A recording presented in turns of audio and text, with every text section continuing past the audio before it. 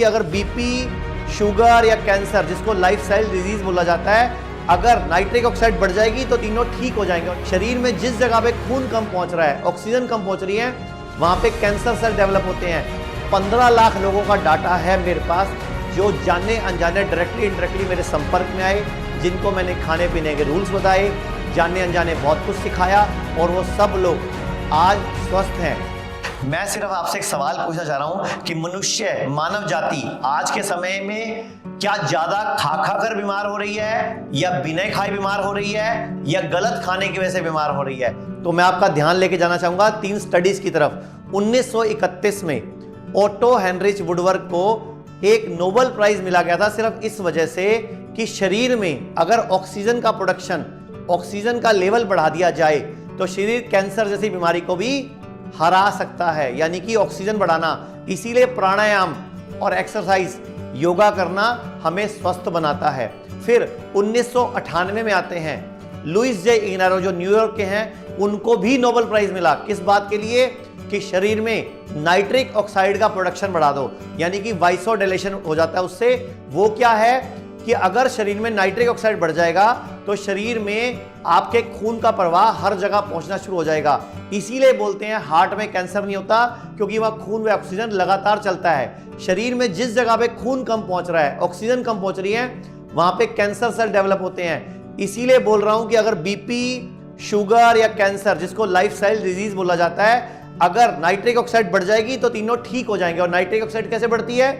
हरी सब्जियों से, फ्रूट से, जैसे वो हैं उनको वैसे ही खाने से, नमक डाल के खाने से उनका नाइट्रिक ऑक्साइड प्रोडक्शन कम हो जाएगा। इसलिए बिना नमक सलाद की मात्रा बढ़ा दीजिए, फ्रूट की मात्रा बढ़ा दीजिए, और बिना नमक खाइए और चबा चबा के खाइए। उसके बाद फिर एक नोबेल प्राइज मिलता है 2016 में जापानीज साइंटिस्ट योशिहिरो उसुमी को। क्यों? फास्टिंग के ऊपर, इंटरमीडिएट फास्टिंग। अब ये फास्टिंग कंसेप्ट किसका है? ये आयुर्वेद का कंसेप्ट है, भारत का कंसेप्ट है। लंघन परम औषधम, हजारों साल पहले हमारी चरक संहिता में लिखा हुआ है।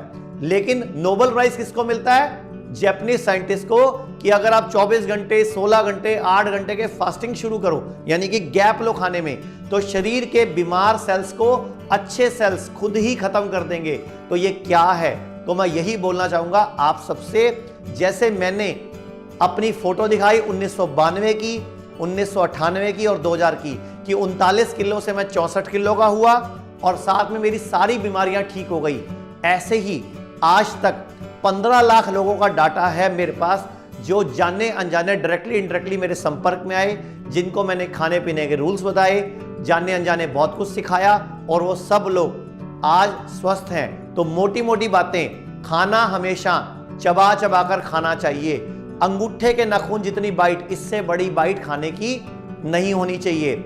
सुबह उठते ही 1 गिलास या 1 कप गरम गरम पानी अगर उकड़ू बैठ के, भारतीय इंडियन टॉयलेट स्टाइल में बैठकर पिया जाए तो व्यक्ति को स्वस्थ करता है और उसका पाचन भी ठीक करता है।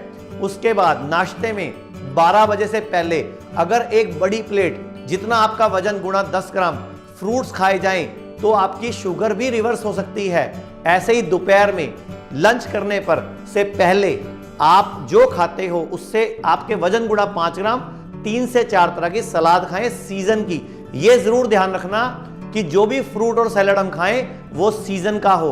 और आयुर्वेद कहता है कि अगर खाना पके हुए 3 घंटे से ज्यादा हो चुका है तो वो खाना खाने के लिए नहीं होता। लेकिन आपके घर में बिस्किट, ब्रेड, भुजिया, हर तरह का पैक्ड फूड आ रहा है, तो अगर आप बीमारी को रिवर्स करना चाहते हो, शरीर को हीलिंग मोड में डालना चाहते हो, तो आपको कुछ टाइम के लिए वो खाने बंद करने पड़ेंगे जो बासी कहलाते हैं, जो लेट हजम होते हैं। इसी तरह सूरज डूबने के बाद कोशिश करिए खाना नहीं खाइए। और एक बहुत जरूरी पॉइंट, जब भी आप सोते हैं आपका सिर पूर्व में या दक्षिण में होना चाहिए, यानी कि ईस्ट में या साउथ में होना चाहिए। जिधर सूरज उगता है वो पूरब है और उसकी राइट साइड दक्षिण है।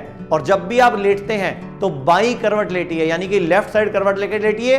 और जब सुबह नींद खुले तो शरीर को हिलाकर उठिए, क्योंकि जब हम सुबह सुबह एकदम उठते हैं तो लगभग 2.5-3 लीटर खून हमारे पेट पर होता है, और हमारे शरीर में खून कितना है? सिर्फ 5 लीटर।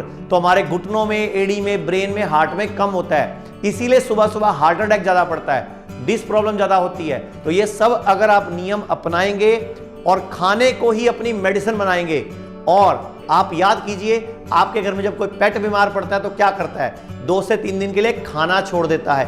अब आप बोलोगे शुगर है फास्टिंग में कम आ सकती है, नहीं, आप फ्रूट्स खाइए, सैलड खाइए, नारियल पानी पीजिए, कंप्लीट फूड लीजिए। दालों को भी खाना है तो अंकुरित करके खाइए। अगर हम सब लोग खाने पीने को ठीक कर देंगे तो हम हजारों अरबों करोड़ रुपए का जो मेडिकल इंडस्ट्री पर हमारा खर्चा होता है, इंश्योरेंस कंपनियां घाटे में चली जाती है क्योंकि लोगों को पे करना पड़ता है, तो ये सब हम बचा सकते हैं। Thank you.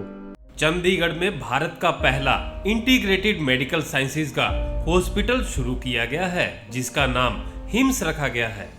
Hospital and institute of integrated medical sciences, जहां पर एलोपैथी, आयुर्वेद, होम्योपैथी, नेचुरोपैथी सब एक ही साथ पेशेंट को ठीक करने के उद्देश्य से काम करती है। ये सारी पैथियां, जिसमें डॉक्टर विश्वरूप राय चौधरी, डॉक्टर अमर सिंह आजाद, डॉक्टर अवधेश पांडे, आचार्य मनीष, डॉक्टर खादरवली, और इन सब की पूरी नॉलेज, ट्रेनिंग और एजुकेशन को भी यूज किया जा रहा है।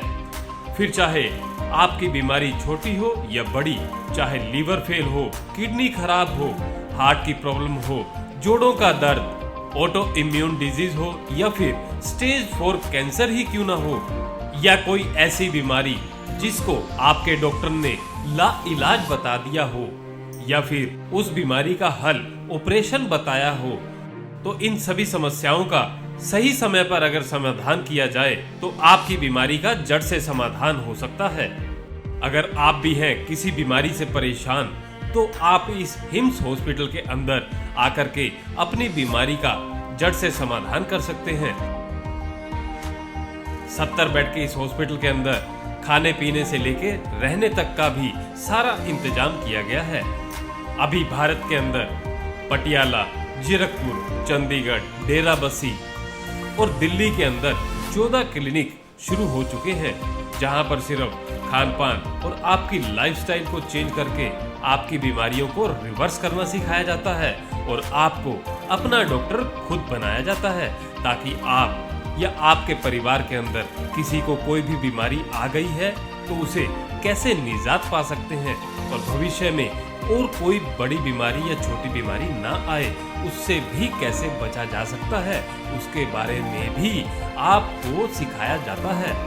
अगर आप या आपका कोई किसी भी गंभीर बीमारी से परेशान है तो स्क्रीन पर दिए गए नंबर पर संपर्क करें